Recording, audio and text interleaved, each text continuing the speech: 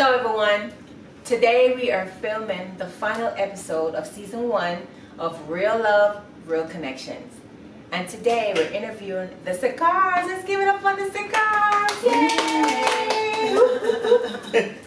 Alright, so guys, thank you so much for allowing me to interview you guys and just get a good idea of your marriage and what was your process going into marriage. So, how long have you guys been dating? How long you guys dated before the marriage? We dated, we'll say about 2 years and a half, give or take. And then the wedding. We've been married for 8 years. 8 years. Yes. Wow. Wow. 8 great years. Okay. So where did you guys meet? You want to go ahead. Well, the Met part, like it's kind of hard because Yeah, there was so many. we knew each other, but we didn't know each other. Mhm. So it was more because she said she always saw me like at church, but I never seen her. Mhm. You know, we have a really big church. I'm always moving around, working, so I'm always focused on what I need to do. So, so we our first introduction, actually talking, was it was more of like, was it a singles conference or was it just a conference? I think so. I think it was the singles conference. Nice. At Eden Rock down in South Beach. Mhm. And it was more like my version of the story. One of my friends he asked me and like, hey, who's that girl? And I was like, because I know a lot of people at the church. Yeah. And I was like, oh, I never met her before. So I saw her and there was some other situations in the area, so I had to like watch how I talked to her because I had to watch how I talked to her. So what I did, I had like a friend to go scout the area and like go find out who she is. So it wasn't until that night I started talking to her. And on my side, it sounds bad, but you know what? And the story continues. So I was born in Bahamas. My parents are Haitian. One thing is like I never wanted to date a Haitian. Like I didn't want to date a Haitian at all. So I dated Jamaicans. I dated God has a sense of humor. God has Americans. Like I never dated. My mom like wanted me to date a Haitian, and I thought she was a Jamaican when I first met her because she had like. she had like these little locks going on. Yeah, I was like, remember, okay, sister lock. that was prior to sister That lock. was Way just before natural. that. It was just regular. Yeah, it was like not dreads, really twists. Twist. yeah. So Nice. I was like, I met her that night, and I was like, okay, she cool people. Like we vibe, like we're dancing. We're talking. You guys are dancing? Yeah, like because find out she's a dancer, and it was nice. she's a professional dancer. And keep in mind, right? So they started playing this Haitian song because it was DJ Griot from 99 Jam, I think. Nice. So he was the guest DJ that night. So he was playing this song, like this famous Haitian song, like that Zouk song, whatever, that every party played. So she went. No, she was dancing. Like I'm thinking, like I'm teaching you. I'm Haitian. You just, what to go on, So I'm thinking she's Jamaican. So I didn't ask her what nationality. We didn't. This is like 30 minutes in, like I'm already like super close. So not knowing that, she knows how to dance, I'm like, let me teach you some moves. Trying to be friendly. Unfortunately, later on in life, she told me that I was stepping on her feet. So as you can see, the height difference. but even with that, like we built a great relationship as friends because. One thing we both came to agreement with is that we didn't want a relationship. Like we both were dealing with relationships, or past relationships, and we just wanted to just hang out per se, just have fun, with no strings attached in a sense, in a Christian manner. And that's where I was coming from. Like I was like, you know what, I don't want to deal with these church girls. I'm like, hey. But I think that every relationship is built on a friendship. Yeah. Yeah, because if you don't have that, then you don't have a good foundation. So that was great that y'all did that first. Yeah, and it was, even with her, she warned me. Like, you know what? Yeah, she's like, you know what? You don't want to deal with this right now. Really? Totally. I got stuff going on. Trying to save his life 8 years ago, but I'm going to leave that for Jesus. Yeah, men enough challenges. Right, that one. So what's your version? Well, so I initially had a Black Planet account. On the Black Planet page, he sent me a friend request. And then so I was like, okay, clearly there's a Bahamian flag. I pressed delete because I was just like, oh no, I don't want to date a Bahamian person, so carry on. So I left it at that. Never went back. I just know I did not approve the request. Not knowing, go to Easter Sunday, that's who I was going to see in the lobby.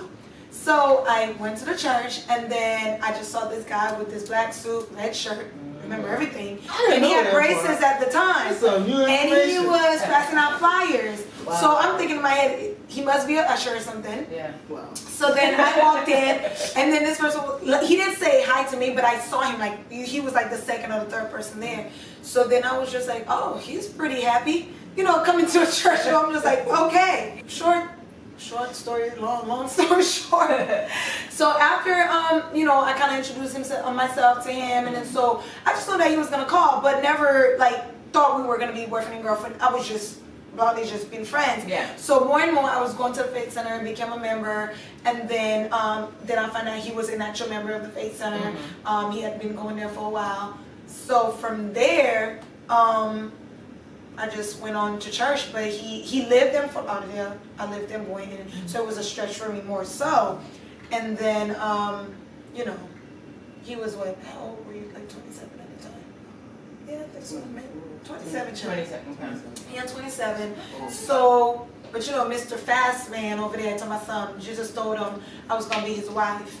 And I was just like, Jesus didn't tell me that. That sounds crazy. He didn't tell me that. So singles now, like, what are some conversations you definitely think that singles need to have before tying the knot?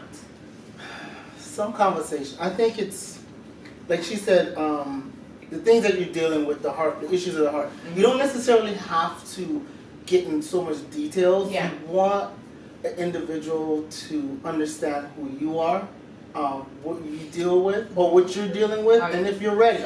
Yeah, like, not all your struggles, because I think you don't want to scare them away. You don't want to scare them away, because trust me, when she gave me that warning, if I really knew, I probably would have just like, you know what, you crazy. Just took it out your head. And like sometimes God will blind you from that, and when you learn, in due time, you'll get there. I think it's knowing yourself, like knowing who you are and being happy with who you are. I think that was the part of that transition with dating wise, like I wanted to get to know me, like I wanted to get closer to God, like I really, not when I told her that, I wasn't trying to be like spiritual, like I did have a dream about it, in a sense. You had a dream too? I had a dream prior, but my dream was, and I had told her later on after, it wasn't after the fact that I proposed to her, and that was the dream, because I proposed, where I proposed at was at a sunrise at a beach, and I seen this girl, like she was fair skinned, and I didn't really see her face, and it's like, but with her, it was like, you know what, God's like, you know what, you need to be her friend. Like the first place I invited her was one of my cousin's weddings, and I was like, and then afterwards, I was like, okay, what you doing afterwards? You want to go to movies or something, or just hang out? So, well, we end up going to the same place where we got proposed at. The beach. The beach. So it was a location where it has basically like a terrace, and there's the water right there. Oh, nice. So, and that's the same place I ended up proposing at. But like one of the things that my spirit was telling me was, you know what, you need to be her friend. She's going through a lot. And like I did one of the weirdest things, like when I was talking to her, like I came closer, I said, you know what, I need to give you a hug, and I just need you to take 3 breaths. So it's like literally, I don't know if it was a punch, but but either way, I was like, I literally like was giving her a hug, and I was like, you know what, she's dealing with a lot. But at the same time, like I didn't want to just leave. I just wanted to figure out what is going on with her. So it's like, but not knowing she was dealing with a lot based on her past. Yeah. So I would say definitely tell singles, like, before you even get in a relationship, be content with who you are, because it's going to come when you bring somebody else in the picture, you're going to look for that person to complete you, and that person's just an additive, just an upgrade in your life. So if you're looking for someone to complete that little area in your life, when you get married, like, there's some things that I deal with, and it's like, I'm looking for her to complete me, and I was like, you know what? She's not filling that spot. Well, she's never supposed to fill that spot. Exactly. All she's doing is adding to whatever my life is, what I was supposed to have before I was married. So it's not nothing wrong with dating yourself, you know. Nothing wrong. Like I still go to the movies by myself. She's like, she don't want to go. I say, okay, dude, I'm out because I was content before you. What you did, you just bring me that extra in my life. And I think a lot of people, when they find someone, they feel like, oh, I'm complete now. No. And that person, that's for me. That's my opinion now. A person is not supposed to complete you. They're supposed to add on to your life because she has her life, I have my life. Yeah. And it's like, at the end of the day, if you're not happy with you, there's no way she's going to make you happier if you're not already happy of who you are. And I think that your marriage is going to be just as good as your singleness. Mm-hmm. So if you're not good while you're single, if you're not happy now while you're single, when you get married, you're probably not going to be happy when you're married because you're expecting that person to come and bring you validation and to bring you all these things that you didn't give to yourself first. Mm-hmm. So it's almost like you have to master these things while you're single before you upgrade to marriage. And that's definitely thing, because when you're talking about, like, you know, going through the journey and just waiting for that man to find you, I mean, how is it a man supposed to find you when you have not found yourself, right? So it's like, if that man do find you, so everything he brings to you, it's an aha thing, and you don't even know whether you like that. Wow. Or whether it's something you're gonna love. So he's giving it to you because he's that one giving it to you. You're like, okay, I'll take it. Because you don't know. You don't even know what you like. Are. So the confidence part is very big, because I think with confidence, what it does, it gives you choice. You're able to either stay for something or fall for something. Wow. Right? So it's not so much that he's my leader or this is the man that I'm supposed to marry. So whatever he said goes. Yeah. Remember, we're two individuals. But yeah, we're supposed to operate in one. Yeah. Two separate individuals. So that means I am who I am, and you are who you are, and then we're gonna join together. So it's a question of just to see, is there something in that family that I'm willing to tolerate or willing to work towards or whatnot? Wow. Because when you look, like when I told them, listen, I already know what was in my family line, right? And it was not even what my struggles were, because we understood what was there causes some of my issues, right? So then for me, like you said, I wanted to add into whoever I was going to be with. And I wanted to know, okay, if I'm broken now, if I'm confused about certain things now, how is that going to hinder him? And if he could have been the perfect person, but I felt like I was going to be a hindrance. Because, you know, sometimes we like to think that if I'm strong, I'm going to be that strong person. But sometimes it's switch. And then you could be that bad thing, that bad seed, and you bring that person down. Wow. Because it's two powers. It's two powers that's struggling. Yeah. So you got the good and the bad. Wow. So which one's gonna give in? And a lot of times, if he likes you, he's gonna, you know, reduce and set back a little because he wants that relationship. And you, and not knowing, and you're not doing it out of maliciousness. It just happens. It's just the bad and the ugly, the good and, you know. So for me, it was just like, okay, I know who I was. I'm very opinionated, very upfront, clear. So it was just like, hey, this is who I am. This is what I got going on. Are you willing? Do you want to go through that? Yeah. Because I'm giving it to you clear. So the first thing is know who you are. Know who you are, and know what you're willing to I would say tolerate, not settle. Tolerate. Okay. Because there's a difference, right? Because we pick our battles. Like what I go through in my relationship, you may not be able to go through it. It may not be fitting for you, right? And then I see a lot of people say, oh my God, I would never be able to go through what she's going through. I would never go through what he's going through.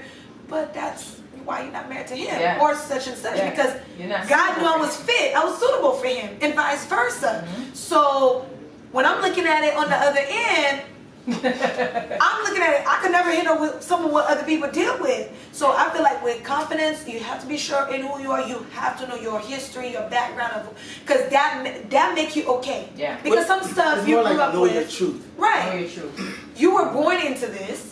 You didn't choose to be here. God saw it was fit, right? So we didn't choose a family that we were born into. So, but when you know, you're at peace with it. Yes. And then you just, okay, this is where I am, but this is what I'm dealing with, what I'm working towards. Are you comfortable with that? Yeah. Will you be patient? Would you be patient? Because it's a big deal. And then when you're talking about friends, because I think it's nice, you date, we get to see what we want to see, we get to see what it's exposed to us. But when you have to deal with the deeper side of it, will you be able to go through that? And even as friends though, we may not want to see it, right? Mm-hmm. So I said confidence, know who you are, and see what you can tolerate, really, and that's part of knowing who you are and dating yourself, because you get to know. Behold. Yeah. All right. So how can singles ensure that they maintain healthy boundaries during their courtship? Because you know, there's this really good book that's out there now called The Wait. So a lot of people are on this, they're abstaining from sex before marriage, which can be quite challenging. Yeah. So what are some of the healthy boundaries do you think they need to have? I think for us, it's setting standards. Setting standards, yeah. Setting standards. Let's look at it at a Christian standpoint, because that's based on our example. Yeah. So like our thing, you know what? She's a very attractive woman, and even with that, like I had to set standards for myself because I knew myself. Like I knew what I was capable of. But at the same time, like I was always down for the challenge. So I was like, church boy or not, like I was always down for the challenge. But I was always the person that was, you know what? We shouldn't do this, or you know what, let's wait. Yeah. Let's like we we want each other so bad, but at the same time, like let's not put ourselves in a position to take it to that next step. Exactly. Especially if you're not ready for it. Especially if you're not, because all sex does is make things more complicated. It sure does. And now, once you do it once, you're like, oh man, I'm not gonna do it again. It defeats a person's purpose of getting to know that person. Because you stepping into a different, it clouds your judgment. It takes you to another level that you're willing to accept no matter what. Like, you know what? I did this. That's why a lot of people, once they have some young relationship, they have sex, then it's like while dating. That's what it's about. Yeah. It doesn't become about that person. And a lot more bad behavior. Yes, because it's like they're settling. They cannot see the person for who they are, or themselves for that matter, because it's driven by something else. So give me some practical things, because I'm sure we have listeners, that's watching. Okay, I know you said set boundaries, but what are the things can I do to really not sleep with this person before engagement or before we get married? Like, give me some practical things. On my end, I would say have girls that circle of friends that can hold you accountable, right? Okay. Like accountability. And if you are serious about that person, let your family line know, like your family, your parents, because it's good to say, oh yeah, I'm dating this person, but you want to have a confident person where you could be real, and hold you accountable. Say, hey, this is what I'm dealing with right now. What can you tell me? And then date your friends, and don't live your life and surround your life by this person now just because now you're in a relationship. You forgot who you are. You don't go out with your girlfriends no more because you want this relationship to work, and you're spinning things fast. And I would say really stay in your word, because honestly, you're delaying the gratification of things, right? Because now you're reading your word, things are becoming very clear in the Bible, and you're like, oh geez, the consequences of stuff, because you go down through the line. Okay, there's many diseases out there. Is that what you want to do? You don't know where that person have been really, or vice versa. And are you ready if you get pregnant? Where are you right now? Look at it. So it will set up things backwards to set everything back from what your purpose is. Whatever your ideal wedding is supposed to be, now you get pregnant. Now you have to settle just to fix things up quick, right? Because like if you plan a wedding, you end up getting pregnant in the middle. So now what wedding? What wedding? Now we're going to the courthouse. No, we're to the courthouse. Because we got to plan for this baby right now in 9 months. So realistically, you want to make sure you keeping God first, because I think having the fear of the Lord, right? Because it's knowing your standards, like he said earlier, standards, and fear of God. Because you could say we're our worst enemy, right? We could say, oh, I'm not going to do this, but guess what? When flesh calls, you will run. So you just have to know your limits and be real. Be realistic. If you know it's not good for you to go out on a date with him, I mean, it's nice to date exclusively, but take a friend, double date, right? And say, hey, 9 o'clock, that's it. I gotta be in. And I know while, being a teenager, it wasn't the ideal thing when, going out to the clubs and everything. Just know if you want to date him out by himself, certain time, certain areas where it's okay that you're visible, certain places, certain activities that you're not going to get into, because you get one closer, then it's going to lead to something else. And it would just be like touching a knee, be like, Yeah. oh, wow. Yeah, and I would say like even in the beginning stages, you can say, okay, baby, I'll meet you there. We meet in the parking lot. yeah, I yeah. drive my car, you drive your car. You drive your car, so I don't have to feel like I have to give in to anything. Yeah, I'll feel pressure. Yeah. You know? Well, And I will also say appropriate clothing. Like, let's be clear. We're going into a date and we want to look good to that person. But no, I really believe that. You show too much skin, and then, but you say, and I don't know, you may not be doing Stephanie it. was a baby Christian, so But it really doesn't matter. But my clothes was not like that because I was just like, no, I'm just dressed regular, casually. But I believe that makes a big deal. Like, because whatever message you're sending out, right? Because while you're thinking, oh, yeah, I'm going to be here, just be nice or whatever, this person probably have a whole plot thing planning in their head. Or you as well could probably plotting, but that person has no idea. You gotta tell them how you tested me. No, you know what? You tested? No, we're not going to get there. You know what? We might cut that part out. Okay, well, based on her standards, right?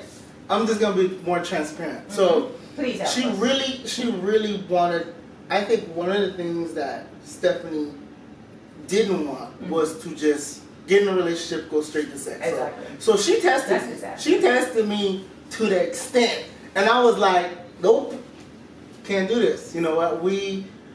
I'm a person, like, I believe in God, and I believe that, you know what, not that I never had sex before, but it's like, so it's like, in the same time where I was in God, like, I felt that I would slip. I would just mess things up with what God really trying to do with me and with her. Okay. But for her, she tested me because of the fact. She tested me, like, she put herself on me, like, hey, babe. Well, not in that sense, but she pursued me. She pursued me in a sense of to see how I was gonna act. And it wasn't until later on she was like, you know what, I tested you and you passed. Wow. You know, and I think for her it showed that I was a different man. I wasn't about that. Trust you too. Yeah, she can trust me not with just a heart, but in a sense later on in life for her body, because finding out it was deeper. It was a deeper issue that was lingering that eventually we're going to talk about. Well, me and her, and even with that, like, she told me, you know what, you passed, and I didn't know what that meant. I was like, all I did was, you know, I just turned you down. But for her, it meant more because every other guy prior, I wouldn't say every other guy, but relationship prior, it was like, you know what?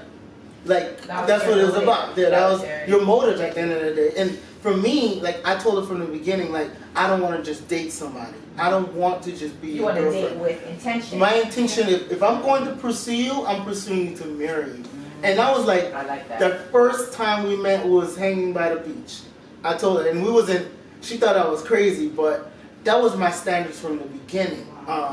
Because the sex part was, like, you can have sex anybody at the end of the day. Nowadays it's like, everyone just, I wouldn't say everyone, but in the same time, as much as people could say they saved and holy fire filled up with holy, everyone's flesh is weak. And I think even with the body of Christ, they fail to put that out there that, you know, what is going on? You know, people are getting caught, and it's like, people are like, wow, so-and-so, but people are weak. I think it's just a natural human needs that we fail to realize. We just look at we're falling into sin. Yeah, it's only a sin if you do it outside of marriage, right? Yeah. But it's a natural human desire and need. Simple. So it's not like I'm doing, you know, you doing it because it's wrong.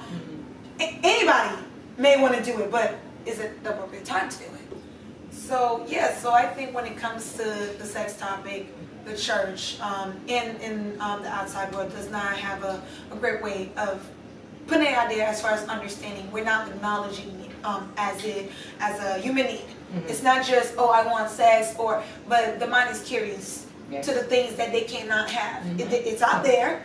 But okay, so it's not just enough for me to say don't do it until you're married, but why is it that? And I think you always have to show us in the Word of God, show us the consequences to it, and I think we'll be more open. Because if you tell me don't do it, that's the thing I'm gonna be pushing to go do, because I'm like, we're curious to go do it. Yeah, like, why can I do it? You're a human being, I'm a human being, and what's the big deal? So you did it. Yeah, that's what I'm saying. You telling me something not to do, but you're doing it freely. So it's an education piece that's missing. understanding. Okay. So at what point in the relationship did you truly know that this person is the one? Was it? I think. Well. How did you know? Even from the beginning, like based on like how the stages, like everything was building up in our relationship, we got closer and expectations got deeper. And it was a situation where she had to move, and she ended up staying by herself. Where I was like, I don't want to be without her. Like even from that first time when that first time I got her number and I called her. Yeah. I don't think from then we never stopped talking. So that means her living in Boynton, me coming from Fort Lauderdale. Even if I was coming from work or school, I would be driving there. So I think I seen her or talked to her every day from that time. Even though that little gap we had, but in the same time we stayed in communication. So it wasn't that time when she was moving out from where she was at, and basically we fit everything in my car and in her car, and I was like, the first thing that came to mind, you got a lot of shoes. Like my whole trunk was packed with just her shoes, and I'm like, wow, you have a lot of shoes. I'm like, but in my mind, like me driving her to where she's went to stay at, I was just thinking like, you know what, like I don't want to live without her. But at the same time, I'm like, I'm not ready, you know, and that's where like we started, you know what, praying more. We started like praying together more, you know, trying to do devotions to try to build some type of bond or some type of connection. Yeah. Connection was already there. Yeah. Like we saw that we worked as a team together, do what we had to do. Yeah.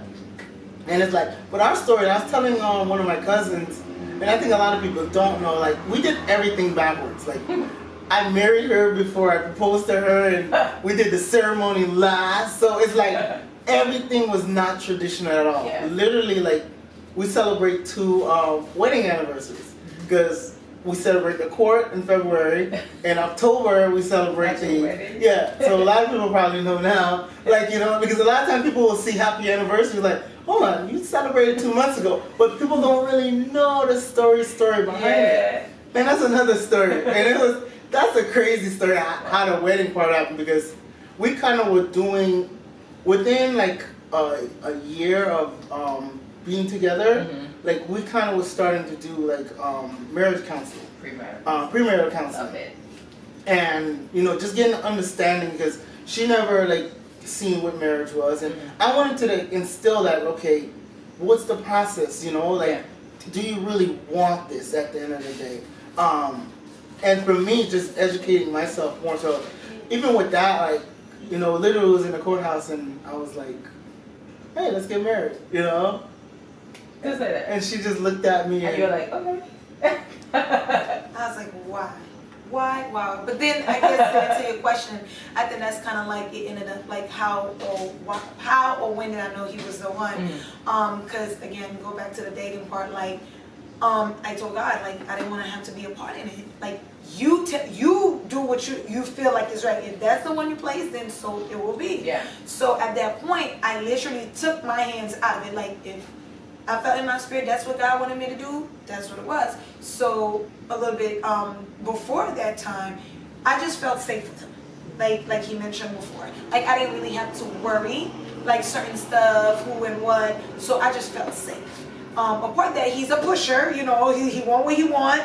But then I was just like, no, I don't think I'm ready. Like I was just like, no, I think we should wait. Because you know, again, I'm thinking a wedding, you date someone for like a year or 2 years, you're a fiance, and then you gotta be married. Like, so as a new Christian, I would hear people, they get engaged and they get married. And I'm just like, why so quick? Like, you still trying to find out who that person is. Yeah. So for me, I just felt like, wow, like, it was scary. I was just like, I want to do that so quick because I really want to learn more and more and more. Yeah. But I realized that's only in the facets if I'm going by my own strength. True.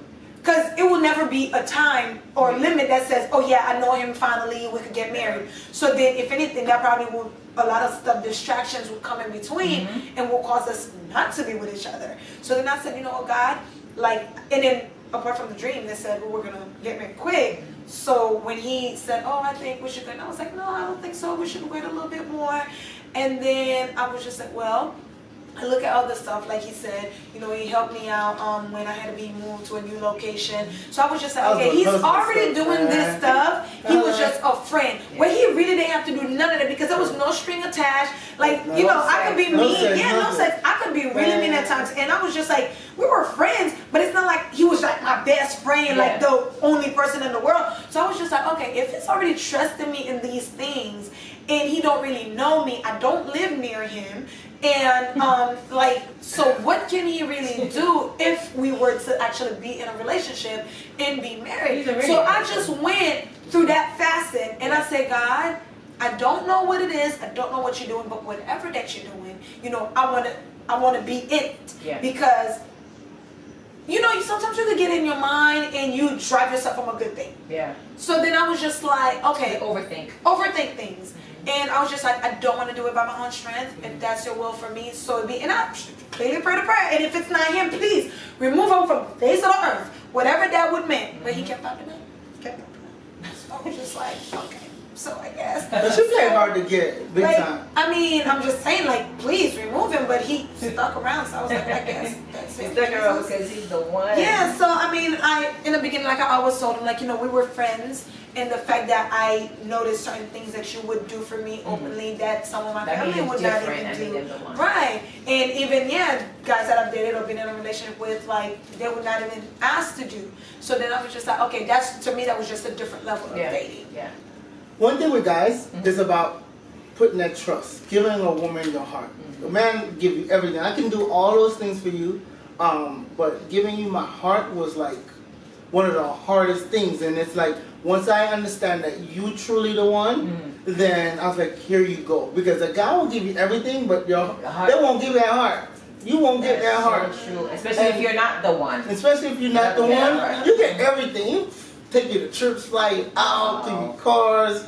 But that thing right there, that little thing beating, a man, he would die before he give that up. And I felt like I could trust her with my heart because, like I said, I'm driving from Fort Lauderdale to Boynton. You know how much girls I passed by in a sense to that I had like other females, you know, that were interested or just like, you know, was around in a sense. But with her, it's like she was worth the fight, you know. She was worth, when I say fight, it wasn't like a struggle to get with her, but she was worth pursuing. Wow. And I think as a man, when you are like pursuing, some of my friends like, man, you driving that far?